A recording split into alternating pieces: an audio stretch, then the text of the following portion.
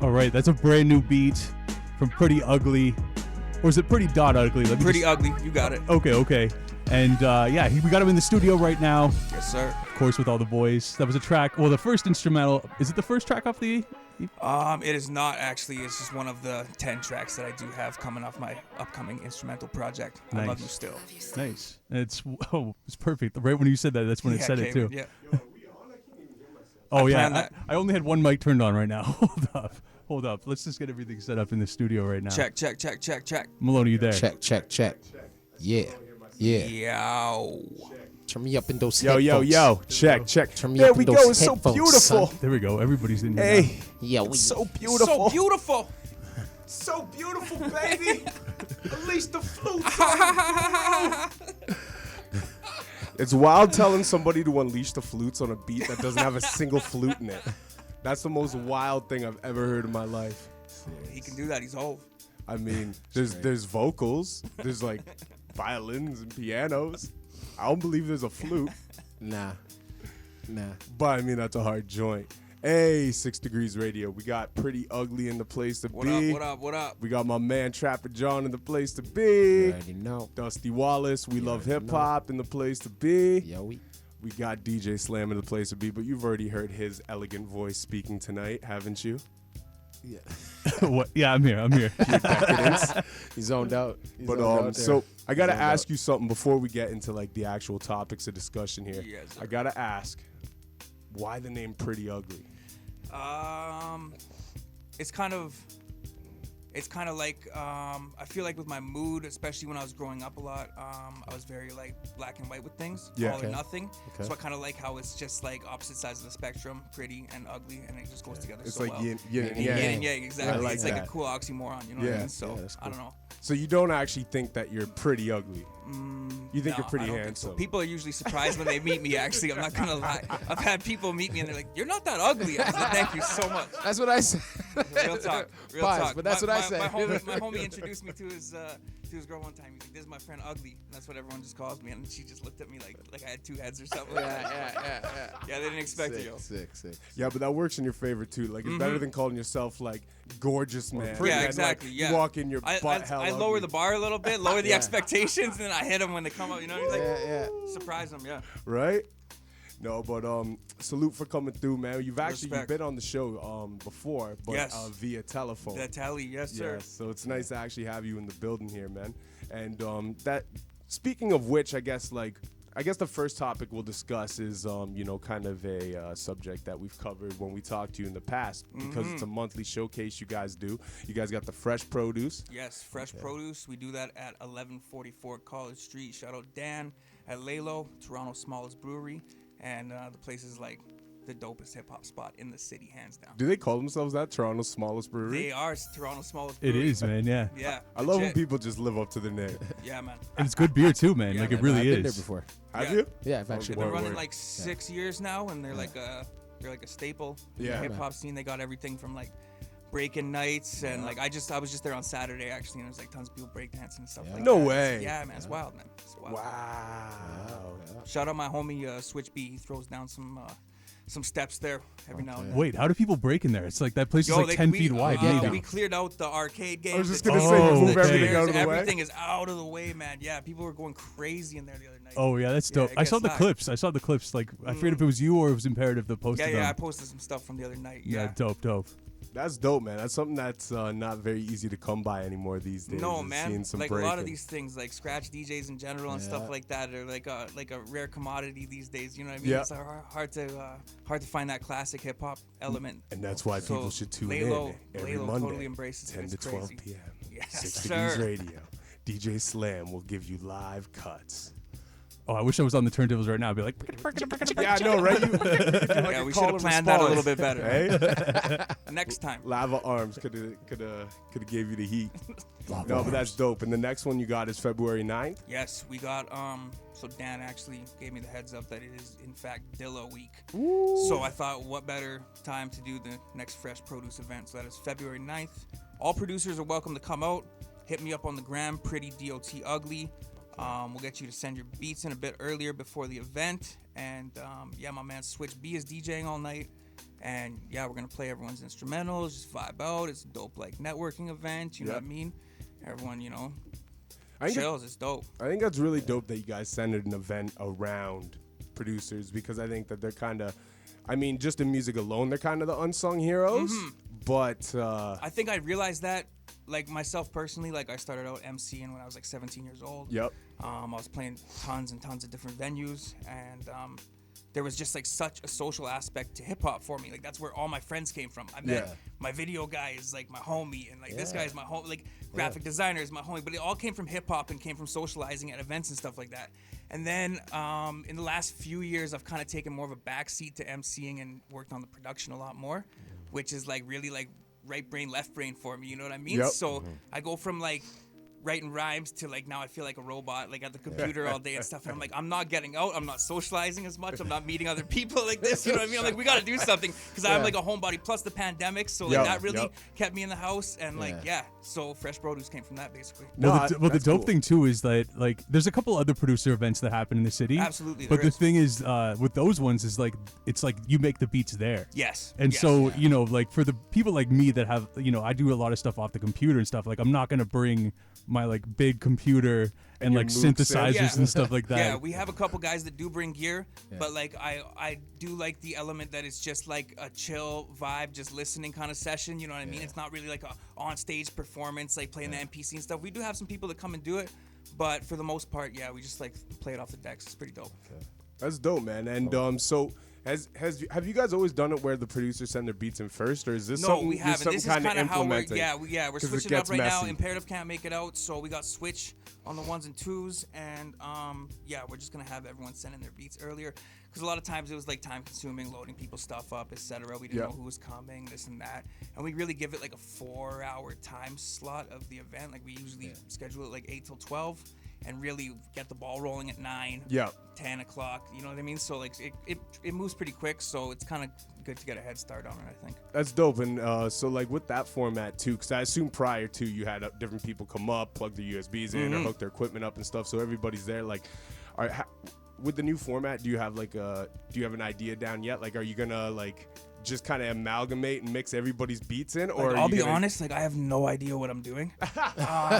Like straight up, like the first Fresh Produce, I got to give all the credit to Imperative. Like he saved my life. Like I literally looked over one time. Imperative was DJing on the mic, making announcements while holding a camera, filming the event. And I was sitting at the bar, just like high out of my tree, just talking to people. I looked over, I'm like, I'm not doing anything right now. So I gotta pick up the slack a little bit here. But we're just winging it and figuring it out as we go. And it's a good time no matter what. It was jokes too, because when I first came through, like I came to the very first one, and like he couldn't get the turntables to work. Oh, we had so many technical difficulties. We had a guy come in with a cable for us from his house. He came all the way to Lalo just to save the day and stuff like.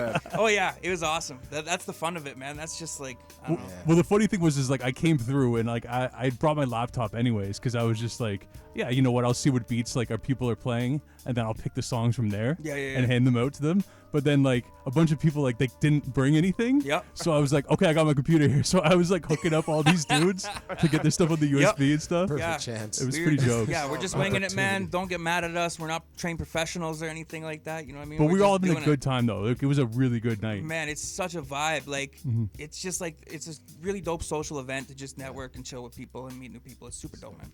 Dope. It's just the love of music, right? Yes, and sir. Before we do move off that, because I'm sure Slam probably wants to get into some music, but with it being Dilla Week, there was something else that you mentioned. I thought that was really cool. But you guys got a sponsor. You want to talk about that a little bit? Yeah, I spoke to Dan, and it being Dilla Week, I was like, yo, I wonder if I should bring some donuts or something for Dilla Week. And he's like, don't worry about it. I got someone, and apparently we're going to have like a donut collab with Dip Donuts. Okay. So we're going to have some Dilla Donuts in the building. My man Switch going to play the tracks. It's going to be a good time. You ever gone to Dilla Day in Detroit? I have not. No, neither have I, but my DJ from my old rap group used to go every year. Yeah. Well, I mean, like, Dilla has like a really, like, Toronto's got a real soft spot for Dilla and stuff too. I know like his moms used to come through later on and show up at shows and stuff like that. Frank and Dank back in the day. Exactly. There's like an infamous YouTube video of them in the studio with Dilla, and they're just going crazy. I love that, man. Yeah. Big salute to Dankery Harv too, man. Yeah, for That's sure. dope. Well, let's get into a track right now. First, but I guess the first thing first would be, who really inspired you to want to start producing? DJ Premier. Hey, my man. That's my favorite. Primo. producer. Okay. All right, what's your top 3 Primo beats? Oh God, that's way too hard, man. That's like impossible. Like, I really like the, we going ill with Black Poet. That's dope. That's dope. I like Ain't Nothing Changed if we're talking Black Poet. That one's Dope. nice. I think people always sleep on End Together now. Yo, Yeah. people do sleep Yo, on that. facts. Even the stuff he did for Facts. Christina Aguilera is Yeah, crazy. true. Like, Right Where You Stand is a crazy instrumental. There's too much, man. Like his catalog. Like Yeah, the his thing is, catalog's he's still huge. going today, so I can't even say Facts. because tomorrow he might come up with the next one. That's true. Like But I think Nas is Nas. worth referencing. True. I think Yep. So Ghetto is worth referencing. Mm-hmm. And I mean, 10 Crack Commandments and Kicking the Door are both Facts. worth referencing. Kicking the Door, definitely. But Pete Rock 10 Still Crack Smooth? Commandments is real dope because he cuts it the whole time. Yeah. Like the whole time, that whole beat, Yeah. he's cutting that cutting. sample. Yeah, yeah. Absolutely. Like it's a different cut every loop. You know what I mean? Which is like crazy. Yeah, crazy. yeah, just like people that chop Yeah. the sample like that different. Like Marco Polo's a huge influence for me. Okay. Yo, Oh, yeah, shout Marco outs to Polo's Polo. dope. Big shout outs to Polo. I'm trying to think of who else. I don't know, man. I just really like how people can flip the sample. So when it comes to sampling though, like what's your like way do you go? Do you like, do everything on vinyl? Do you just find something? No, not anymore, man. I used to dig Used to through dig in vinyl the a lot. crates. Here and there, I will. Yeah. Like I'm not opposed to it, obviously. Yeah. But like, for convenience, like no, I scour the internet for days and days and days. You got it. True. Yeah. You know, I mess with that. I Yeah, mess with that. I mean, I'd be stupid not to, and Yeah. I would be like putting myself behind everyone else if I didn't. Yeah. You know what I mean? So, Yeah, for sure. I mean, there's so many YouTube channels and Blogspot and this and that you can just run through stuff for days. So, and I mean, like you have access to more like international stuff. I feel that way. Yeah, yeah. You know what I mean? Yeah. Stuff Yeah, you for would sure. never come across at the record store, maybe. You know what I mean? As a fellow producer, I gotta ask this: do you ever? So this is one thing when I started teaching myself to produce. One thing I would do is, for one, I'd find like my favorite, DJ Premier samples, Pete Rock, whatever, And try to flip them yourself. Yeah, yeah. Now recreate the recreate beats. or I see, do both. I would try to recreate or flip them different, right? I never tried to recreate one. I've definitely like taken the same sample and flipped it. I'm pretty proud. I really of got into like the soul samples and like the pitched up vocals with the whole Dipset wave when I was a kid. Yeah, yeah. I was a huge fan. So I kind of take that into inspiration Yep. with the boom bap stuff like Primo Yeah. and stuff like that, chopping up the samples. But like I definitely like deal with some like heat makers type stuff Yeah. and like Just Blaze. A-Rap music and Yeah. Just Blaze is another Kanye. one for sure. Apollo Brown, I'm a big fan Ooh, of. yeah. The Apollo Razkaz project. is Ninth is Wonder, I'm a heavy. big fan of. I mean, like, I mean, the list can go on forever, you know. I gotta say, like, so recreating a beat is one thing. Yes. Which, one, I'm proud of. You Easy Mo B fan? Yes. Easy Mo B is crazy. I completely replicated the Tupac Temptations beat, and I was Okay, pretty that's proud crazy. of that because That's it's dope. like you gotta do everything from the computer love to Yeah. sing a song, slide the Family Stone for your drums. Then you gotta get the hey from watching Nuggets, Yep. Redman, and then so That's kind of what like I've been really going through for samples is what I'm really been practicing is like not just chopping from the same song, and I'm actually like chopping the sample, recreating or creating my pattern. And then I'm like, okay, I could hear some horns over this, and I'm going and finding a whole another song with a love horn it. sample, Yeah, and I'm yeah, trying to tune that to match the tune of like put in the same key and stuff. Yep. And like really taking from multiple songs at once, and like almost like a updated version of what like the Bomb Squad was doing. yeah, like Marco Polo's crazy for that. Like, Yeah. you can just like see his stuff on YouTube. He goes off doing all that stuff. The So, Radar remix by Marco Polo for Large Pro might be like one of the hardest beats of all time. I mean, I really like the production on the Marco Polo Torre double barrel album. Yeah, It's yeah, a yeah. dope album. The Rusty Juck stuff he did back then was really good too. The Master Ace album. Yeah, Brooklyn Master Story. Ace. Oh yeah, shout out Master Ace and Marco Polo Brooklyn Story. That Yeah, album, that that album might is that year, that incredible. might have been my favorite album that year. I think that was my favorite album that year. And I got to link up with Master Wait, Ace in New York. Wait, hold the that year thought. they dropped that album, which was dope. Sorry, I don't mean to cut you boys off. I just realized that we're at 11 o'clock. I gotta stop for station break, right, so okay. we're just gonna jump into it, and we're just gonna come right back into the interview. So Okay. just give it like 20 seconds, and we'll be right back.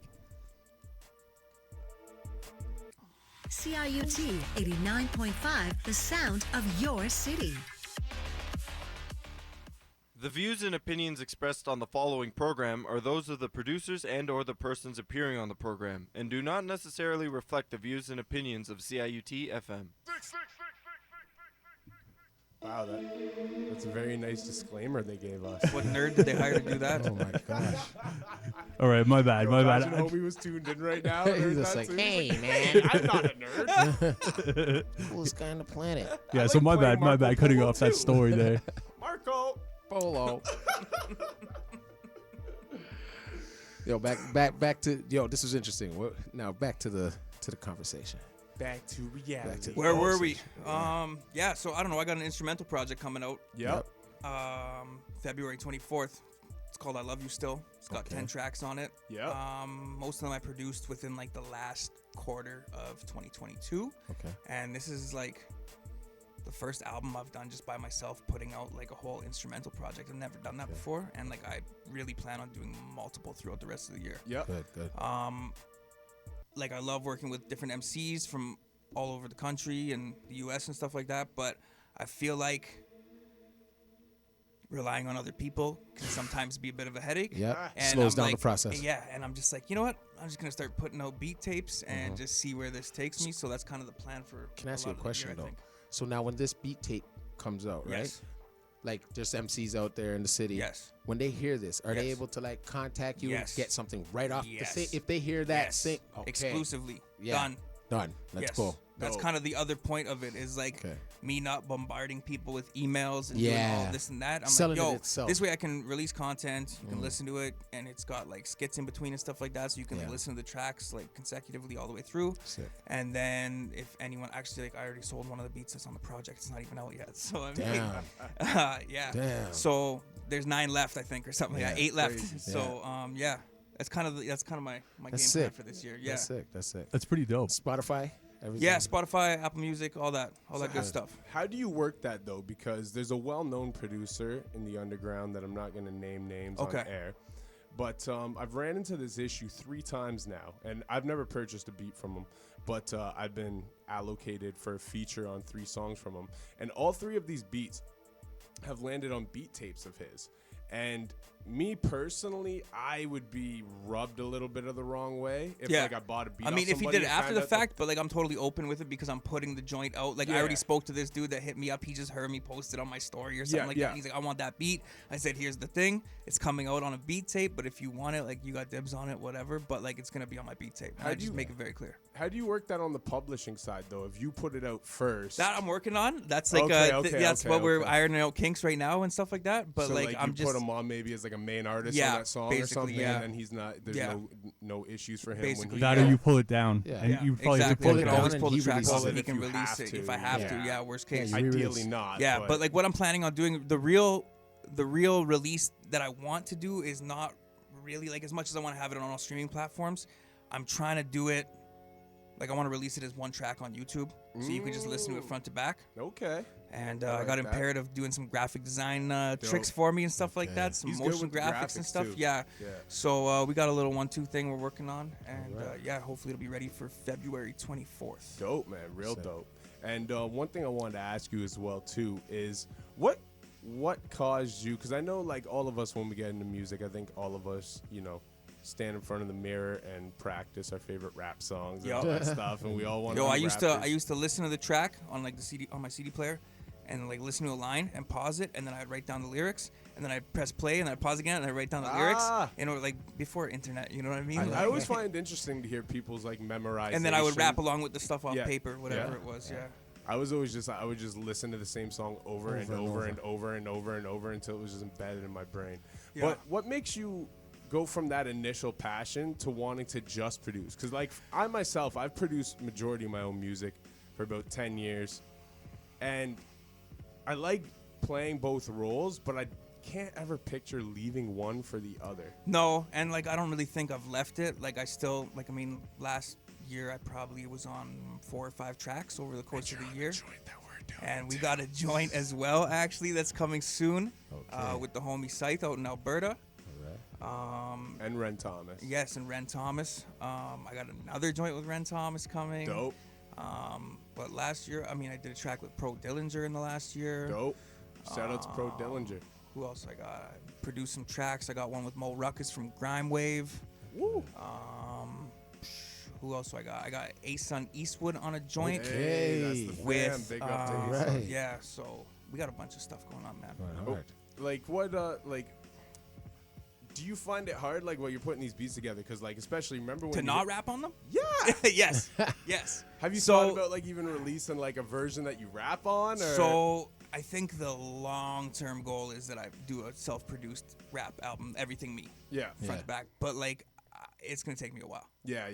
Yeah, it's definitely gonna take me a while because when it comes to the pen, like I'm pretty picky with what I write down. Ah, so okay. I'm pretty hard on myself and I'm Yeah. pretty particular, I would say. That's good. Is that why So- you like the production side of I things? 'Cause think it allows so. you to I be mean, more it might just be artistically me free? getting older and being like, okay, I've done. It's like back on the bike. You know what I mean? Yeah, Like it yeah. might just be me like growing out of rap. That might be a thing. I didn't know it would be a thing, but I might just be like growing out of it a little bit. I don't know. Yeah, well, rapping's a weird thing because the older you get, you I never either- thought it would happen. I never thought I would say that in my life. Yeah, and I can see Interesting. I can see that because as you get older, rapping, it becomes kind of weird because you either grow up and Yeah. you rap or you keep acting like you're 20 years old. Yeah, that's where I'm at. Yeah. Yeah. And I'm 21 in my mind, every day. You Yeah. know what I Yeah, mean? yeah, Every yeah. time I get on the mic, Same. I'm like 10 years younger at least. You know what I mean? I So feel that. see, I like it. It allows me to live out my youth, and then I can like be more mature when I like interview people and things. exactly, it's the same thing. It's like Yeah, you like yeah. hosting a radio show and Yeah. interviewing people and stuff like that. But then But you rap know, it- go into rap- rap mode. You know what I mean? Yeah, but Yeah. rap is growth, though, right? Absolutely. Exactly. I wouldn't want to listen to, like, not to diss the younger generation, but they can't really teach me nothing. Yeah, From that's like, fact, yeah. you know, Okay, that's cool. an Yeah. experienced an Well, you know- experienced rapper that's been doing it over 10 years. You Yeah. know what I mean? Long time. Like I could learn listening to Maestro. What you know? yeah, in a certain sense, in certain bars or Yeah. whatever he spits. You know what I'm saying? Like Yeah. in that sense. What were you Even gonna if he knows my mom. say? God, that's the less. oh my gosh, knows her by first and last name. Well, I was Damn. gonna say let's get into a rap song right now. All right. From Right. someone that Uh, like. What's your weapon of choice when making beats? I'm on the Machine Studio right now. Oh, nice. Dope. Like I've always made beats like sporadically throughout all my years of rapping and stuff like that. So I've used like every software at one time or another, whether it was like Sony Acid or like a cracked version of like Fruity Loops 3 Yeah, or yeah. Reason or like all this stuff, man. Pro Tools, Cubase, you name it. Like I've always like dabbled with it. Yeah. But I had an MPC 2000 XL for a little while. And that's when I started like learning how to chop samples and play the pads. And I was like loading up drums off a zip disk drive into the MPC 2000 XL. And it took forever. It took forever. Like it would take me hours and hours to make a beat. And I was like, man, there has to be a better way. And then the first Machine came out. I switched over to that. And now I've gone to the Machine Studio since then. And yeah.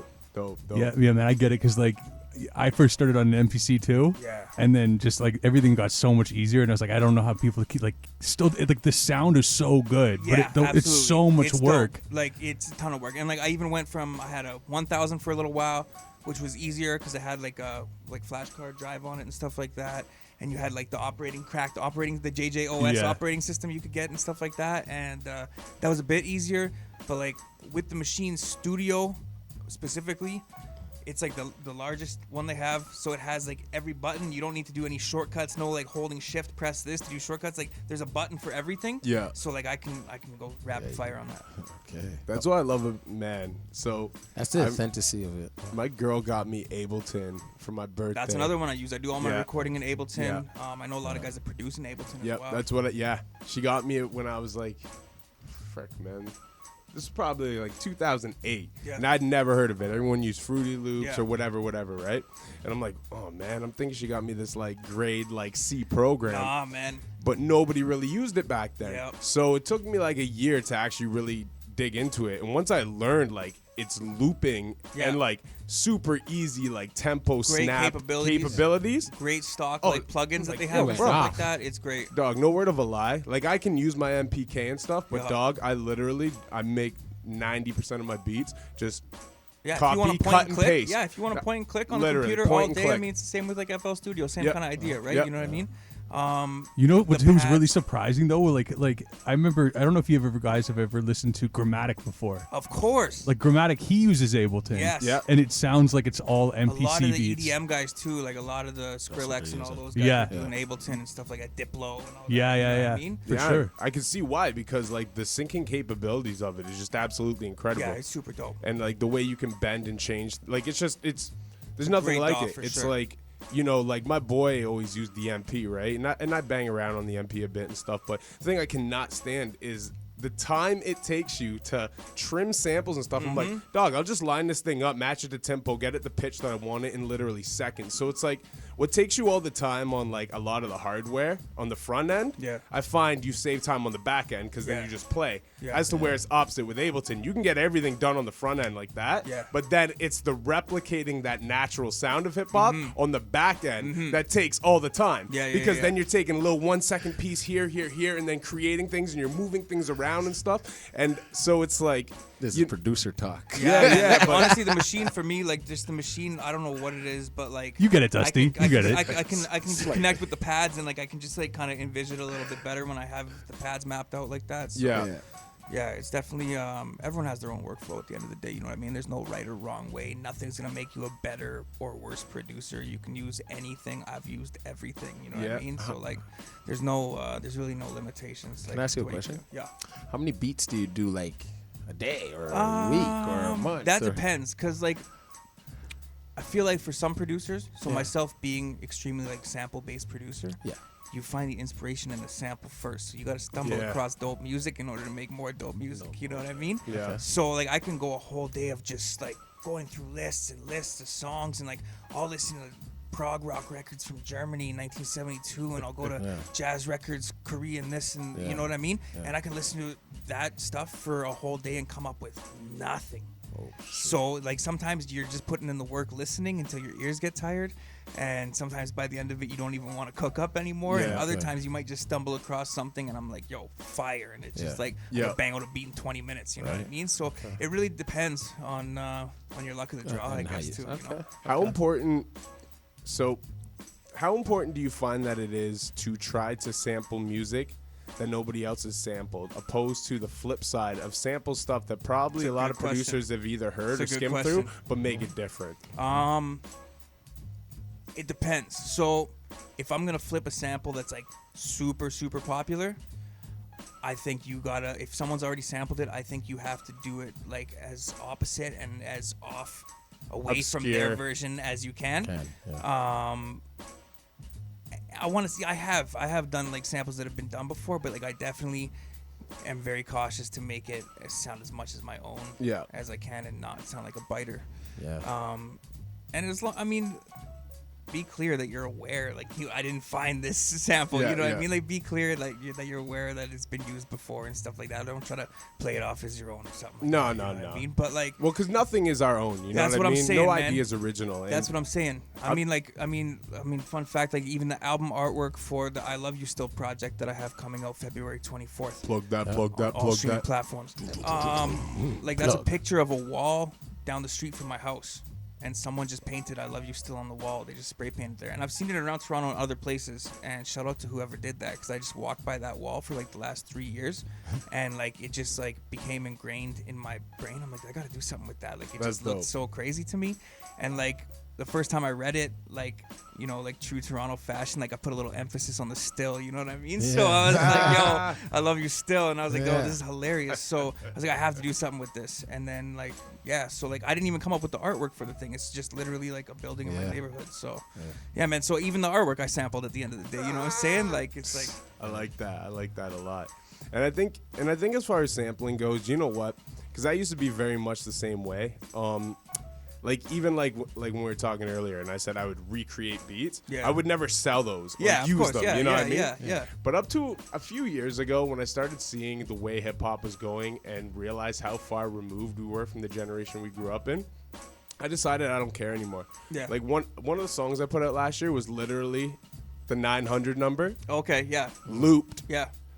With DJ Cool, Let Me Clear My Throat samples over top of it with Mace Feels So Good in there. So it's like a homage to the 900 number Lakim Shabazz, a homage to the, you know what I mean? The DJ Cool, Let Me Clear My Throat is a homage to all these things. And the only reason I really did is because I always felt neither Let Me Clear My Throat or the 900 number had enough low end in it. Okay, they're both enough. Banging beats that can make the club go off, and none of them have but you kind of wanted to modernize it a little bit, like so beef it up a bit. 808s in the background. You know what I did for the drums, bro? I literally just sampled the OG version, One More Chance, Biggie drums. that was enough. Well, I mean, like let's That's look all at I the did, bro. like let's look at the new generation. It's not like sampling is dead. I mean, we have this whole drill movement, and they are flipping. I mean, to make ourselves sound old, songs from the '90s, like when we were kids, that I think are like still relevant, and it's just making me realize my age. You know what I mean? I'm just saying, they think they're flipping a sample, But it's they from are, '98. though. You They know are, what I mean? though. I They know. are. It's the But same way if we flip New Edition, that's what it I'm might be saying. a little bit It's- before our time. It's crazy So to we me, feel but I like love we're it. flipping Yeah. something. I love But they the put the movement, drill man. behind it, so Yeah, there's a little it's different. right. Exactly. Drum, Drum and drum bass. pattern's way Yeah, different. there's I a trust drum me. and I played bass. around with some drill beats last year a little bit. Yeah, I messed yeah. around a bit. I chopped some samples and learned how to do the drill drum pattern Yeah. with the hi-hats and stuff like that. You know what I mean? I got some drill joints. Dope. Good. I haven't dived in there yet, but that's why I wanted to ask that question, because I think it's kind of like a faux pas for a lot of us producers who grew up on that golden era production.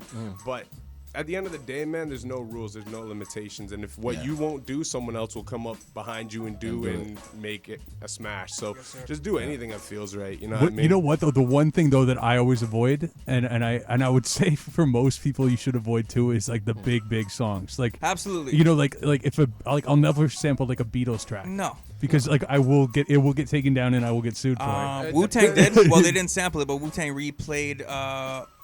They did the My Guitar Gently Weeps on the 8 Diagrams Oh, okay. album. They did My Heart Gently Weeps. They got a whole band to replay that. So yeah, hated 8 that was a controversial album. I think. yeah. There was a lot of tension at that time. You know Yeah, what I true. mean? Yeah, and a lot of subpar everything. Uh-huh. Yeah, Yep. that was. That was a sleeper. I don't know. I think it put me to sleep. I don't even know if I call it a sleeper. Yeah, I remember that. And it was not the Wu-Tang I thought it was gonna be. No. I'm not gonna lie. All right, Pretty Ugly. Can we get your like? Do you want to just tell everybody like where you can find this new project? Oh man, I Love You Still is dropping February 24th on all streaming platforms. Pretty dot as in the punctuation, like a period, ugly, proper punctuation, you know what I mean? Yeah, Pretty.Ugly. You can follow me on Instagram, Pretty.Ugly. I just spell it out for you, or you can go to my website, PrettyDotUgly.com. And let them know about the fresh produce one more time And too. February 9th at Lalo Brewery Bar. It's at 1144 College Street. We got fresh produce, all local producers. Hit me up on the gram. Send me your beats. We'll play the stuff at the venue, and like it's just a really dope networking event for everybody, man. All right, dope. Well, we're gonna get into the freestyle in just a couple minutes, but first, I want to play because we mentioned Grammatic. I want to play one of my favorite beats that I've ever heard right here. So let's get into the Unfallen Kingdom by Grammatic, another dope instrumental. Let's get into it.